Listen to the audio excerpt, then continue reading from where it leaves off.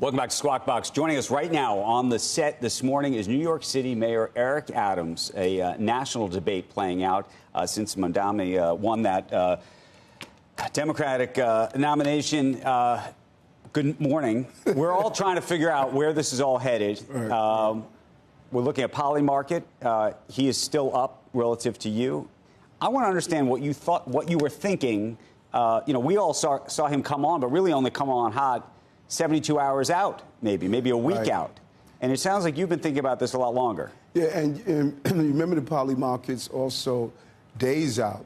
It had Andrew above him.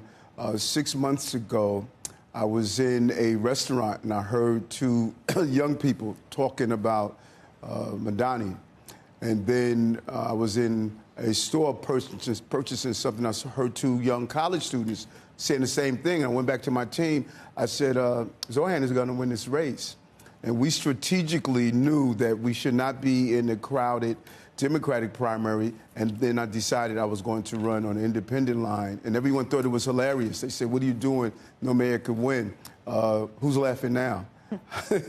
So what do you, I'm curious, I don't know if you want to say it, what do you see as your own personal challenges to win this race? I can give you my own list, but I'm curious when you look at this whole situation, your own situation, and what you need to persuade New Yorkers to vote for you, what do you see the thing that you need to overcome? No, and I like that. Number one, Andrew.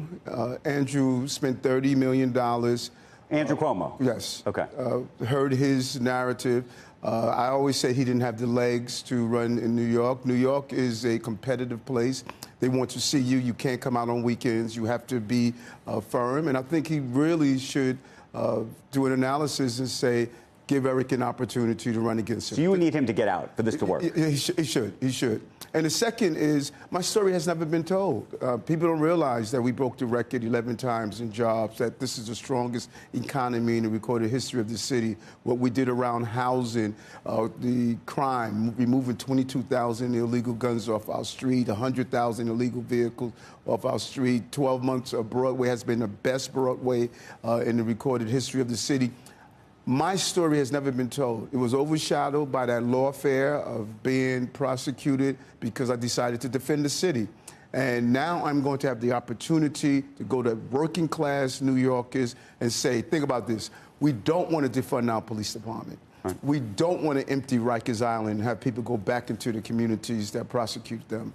We don't want to have a city where we say we don't want billionaires in the city. I mean, just think about what we're saying. Right. What do you tell New Yorkers who say, look, they are anxious about the settlement that you've reached with this president? They say you're being held hostage by this president, that if you're the mayor, if you continue to be the mayor, you have to listen to whatever this president says, because the moment you don't listen to the president, he can go after you again. And what do you say about the team around you? Because the other piece of this is trying to have an amazing team around you. And there have been concerns over the years that some of the team members either now don't want to be there because of the Trump situation, and others that say you had some family members around and other things. What about rebuilding that team? Well, let's peel that back for a moment. The deal that I made with the president, you tell a lie long enough, it becomes the truth. There was never a deal. I didn't even know Donald Trump personally until he was campaigning. And on a campaign trail, he said, look what they're doing to that mayor. It's unfair. And so I thank him for acknowledging what happened. Second, my team, I just gave you a list of wins. Right. You know, when you looked at how we turned around this city and going through COVID, going to 237 migrants and asylum seekers, dealing with the crime that we were facing, recovering our economy. When you look at that team won. That team was successful. Now look at my team now. Randy Mastro is my first deputy mayor. Commissioner Tisch is my police commissioner. Camille Joseph Volok, my chief of staff. Listen, you learn as you go on. When we started in January 1st, 2022, trying to give people to work, they say, Eric, are you kidding me? I'm getting extended overtime. I'm getting extended unemployment. I'm not coming into the office. You want to work 12-hour days. And so you couldn't bring in the talent you wanted, even if you wanted to. People got used to working at homes. They know how I work, had to deliver for the city, and I did it in spite of what we had to go through. What about the affordability message that Mamdani has put out there? Now, look, The truth is, there's a lot of things he said that he can't actually do. Things that you have said, and I think described. Right. But the question is, how do you reach those voters who say, yeah, there's an affordability issue, and what are you going to do, and what are you going to tell those people that you can fix? Great question. Legitimate concerns about affordability, not only in the city, in the country. Everyone can talk about the prices that we're dealing with, purchasing basic things. And we got that. We heard that message. I know we're living in poverty. He knows we're living in luxury, actually is. I know living on the verge of homelessness. I know struggling every day, going to school with a garbage bag full of clothing, afraid you're going to be thrown out. That's my story. That is not his story. He's an academic elitist that comes with these philosophies and principles that don't work out on ground. The foundation of him paying for free buses, he wants to tax 1% of high-income New Yorkers. Mayors don't have that authority. You know who has that authority? Assemblymen. Right. He's an assemblyman. And the governor already made it clear she's never going to do it. And so the foundation of his program is not winnable. Right. Now, look at mine. $30 billion back into the pockets of working class people, paying off medical debt, paying college tuition for foster care children, dropping the cost of Metro cards on those low-income New Yorkers, just passed acts to tax.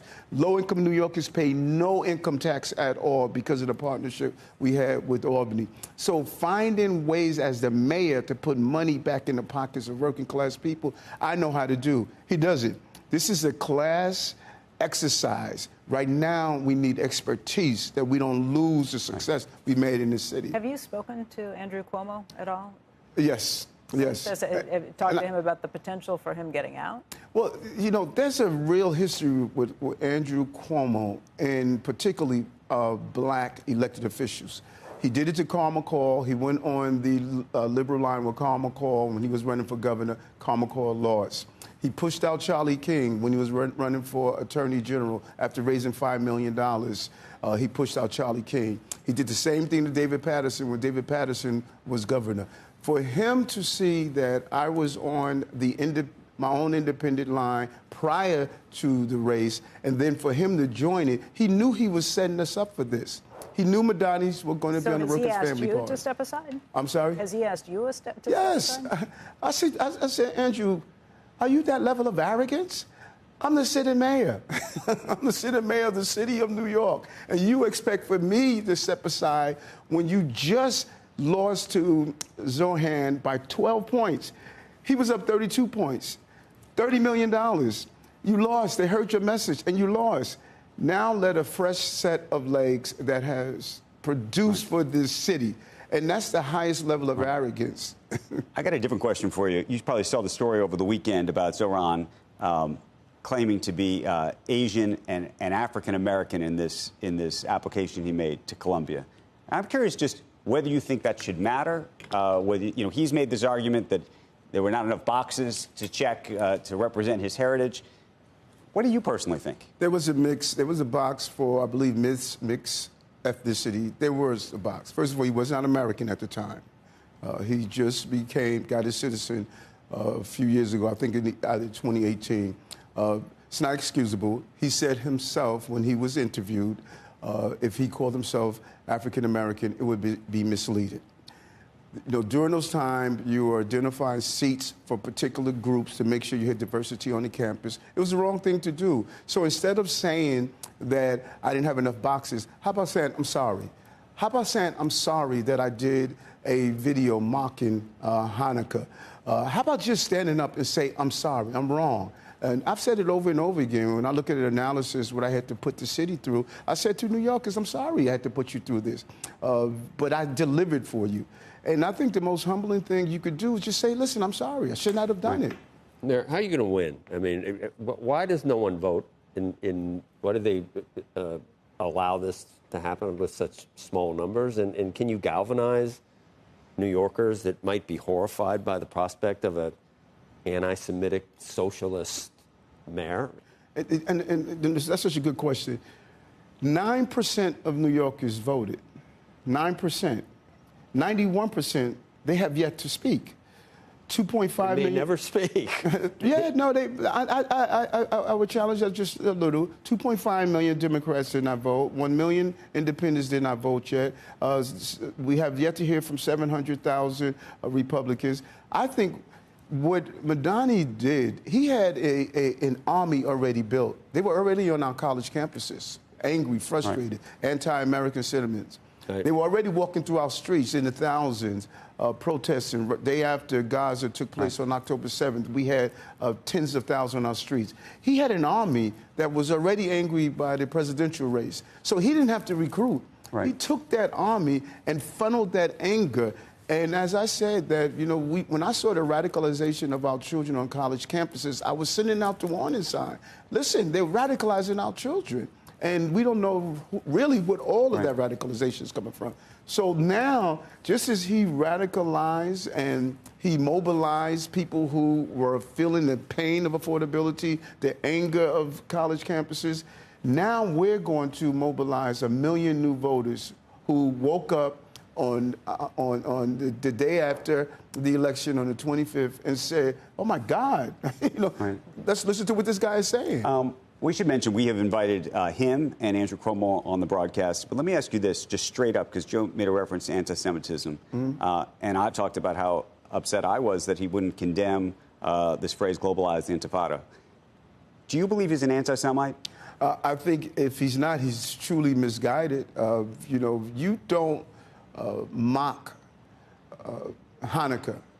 You don't mock it. You do not ridicule. You respect all faiths, and everyone knows my basis of faith. Right. You do not lift up a group as a rap artist that talks about an organization that supported Hamas. I think that there are actions that you're seeing that if he's not anti-Semitic, then clearly there are things he needs to re-examine what he's doing. He said that he would arrest Bibi Netanyahu, by the way, who's in Washington today, if he was in New York City. What do you think the role of a mayor should be as it relates to international affairs? Well, it's interesting. He said he would arrest the head of Israel, but he's not willing to arrest the 27 gang members that came to the city, Venezuelan gang members. He stated that he would block ICE from doing that, as though ICE is a criminal organization and not, as they are, a federal law enforcement organization. So he would arrest him, but he will open Rikers Island when, after bail laws, you have the most dangerous people on Rikers Island. But he's okay with letting them out and go back into the communities that they harm. So I think he has a little mixed up. The role of the mayor is to protect the people of this city and to embrace international leaders to come here. There's a reason the United Nations is on the East River in our city, because this is the place where you come in and debate issues, not use your prosecutorial or arrest powers to harm people you disagree with politically. It is a longer conversation. We want to thank the mayor for joining us. As we mentioned, we have asked and invited Andrew Cuomo to be here, as we have Mandami. We want to talk about all of these issues, given our audience and what's going on here. So thank you for coming in. The city's doing well. Strongest economy in history. And I'm going to tell to all those business leaders with a little tension right now, trust me when I tell you, we're going to win.